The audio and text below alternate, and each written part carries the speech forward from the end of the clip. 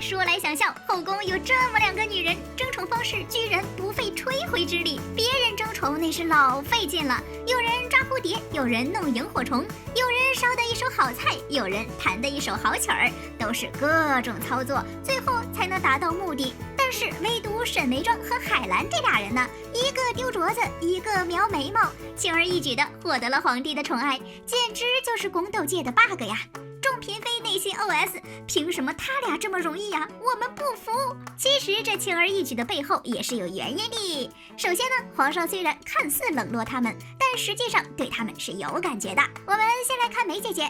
其实自打梅姐姐进宫以来，就一直是非常受宠的存在。即便是甄嬛承宠后，梅姐姐无法做到和她平分秋色，但也是从来没有被四大爷忘记过的存在。只是在假孕风波之后，梅姐姐因为四大爷的不分是非冷了心，感染了10亿之后，四大爷的做法直接让梅姐姐死了心。在这之后呀，四大爷不是没有主动找过梅姐姐，是他把人家硬生生赶走了。所以梅姐姐的失宠并不是因为四大爷对她失去了兴趣，或者是其他的理由。梅姐姐的失宠呢，只是因为她赶出四大爷的次数太多了。甄嬛出宫之后，避宠的手段更是明显。四大爷作为一国之君，根本不可能把自己的身段放到那么低，毕竟他后宫里不感人的妃子那么多，在这儿勉强梅姐姐没有任何意义。所以在梅姐姐主动找上门来的举动，对于四大爷来说就是一个隔了好多年的台阶儿。正所谓有台阶不下是傻子，四大爷这不就开开心心的拉起梅姐姐走下去了吗？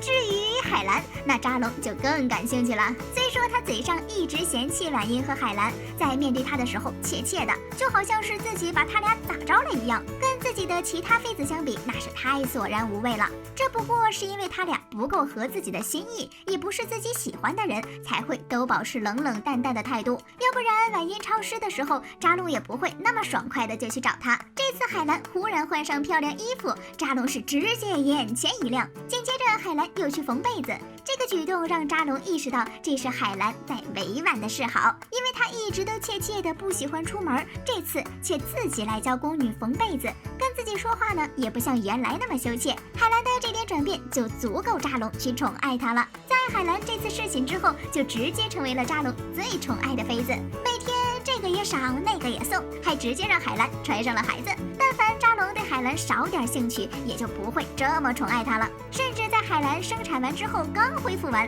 他就喊了人家来侍寝。要不是海兰长出了妊娠纹，以后当个宠妃也不是不可能。不过为啥甄嬛当初也是被四大爷惦记着，但是她争宠就没这么轻松呢？这是因为海兰和梅姐姐简约式争宠的背后还有其他原因。为啥海兰和沈眉庄能够轻而易举的复宠？海兰和梅姐姐之所以能毫不费力的得到宠爱，这个很重要的原因就是皇帝都对他们有些愧疚之心。我们先来看看帝王愧疚之心的分量有多重。在安小鸟因为四大爷太冲动，所以导致小产，并且再也不能怀孕之后，四大爷一度非常的自责，对安小鸟呢也是很愧疚。这个时候的宜修就说过，安陵容应该知道帝王的愧疚之心足够他在后宫站稳脚跟。从这儿就可以看出皇帝们的愧疚还是很有分量的，起码可以在后宫里让你衣食无忧。那四大爷和扎龙的愧疚之心都是从什么时候开始有的呢？梅姐姐的假孕风波，当时是四大爷没有判好案，之后甄嬛都已经抓到了刘本，四大爷呢还是因为各种原因没能处置华妃。眼看着梅姐姐什么都没有做错，但是却要被禁足，甚至差点被华妃害得没了命。四大爷之前那么喜欢梅姐姐，现在看着她因为自己变成这样，愧疚之心是一点儿都不少，不然他也不会无限的容忍梅姐姐。像他赶自己走啊，搬到碎玉轩避宠啊，四大爷对梅姐姐不想侍寝的想法心知肚明，但是一次都没有拦过。在四大爷和梅姐姐坐在一起吃饭的时候，他还跟梅姐姐说了很多心里话，这都是因为他明白梅姐姐有心结，而且这一切还都是他造成的。这次的心里话其实就是四大爷非常明显的示好。之后呢，四大爷就一直等到梅姐姐送上门来的时候，才和梅姐姐和好如初。反正愧疚之情也是情，不然这么多年过去了，四大爷早该恼了梅姐姐，这不都还是他觉得亏欠了人家吗？扎龙对海兰的愧疚之心就来自于自己那次醉酒之后的荒唐。人家海兰当绣娘当得好好的，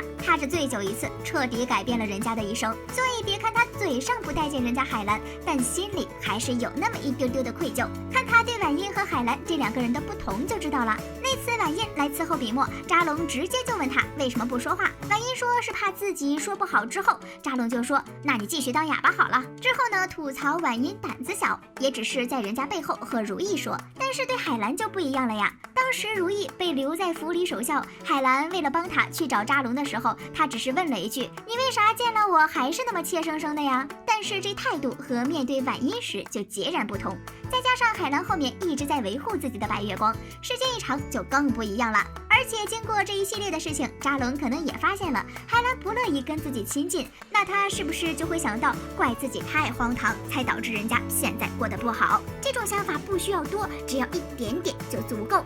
但是梅姐姐和海兰的情况呀，还是有所不同。四大爷对梅姐姐的愧疚和怀念，可是一直持续了很久的。扎龙对海兰的那一丢丢愧疚，恐怕在他主动争宠的时候就清零了。海兰之后可以持续宠爱，完全就是因为他自己啦，跟这些就没有关系。其实争宠的简单与否也很双标。海兰和梅姐姐俩人都是非常出众的存在，皇帝很难不被吸引。梅姐姐相貌温婉，从选秀开始就是一副大家闺秀的样子，在侍寝之后更是顺利的成为新晋嫔妃中的佼佼者。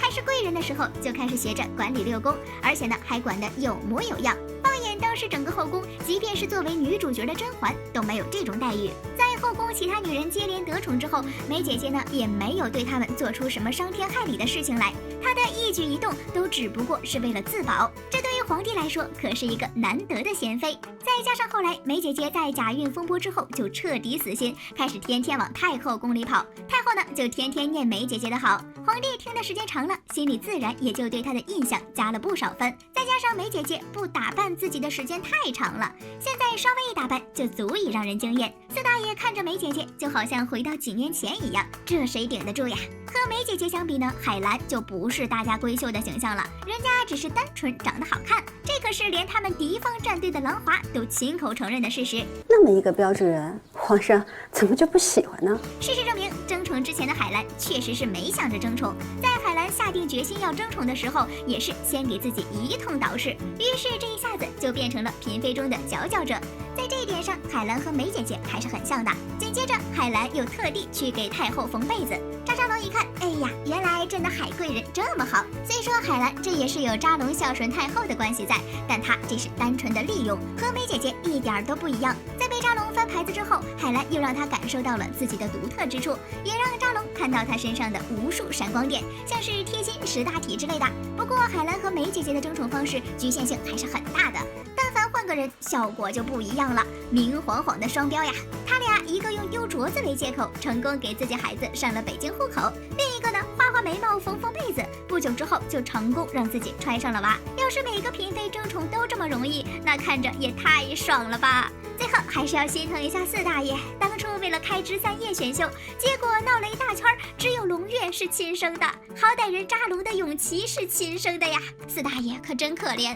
好了，本期视频就到这里啦，宝宝们别忘了点赞评论哦，啾咪。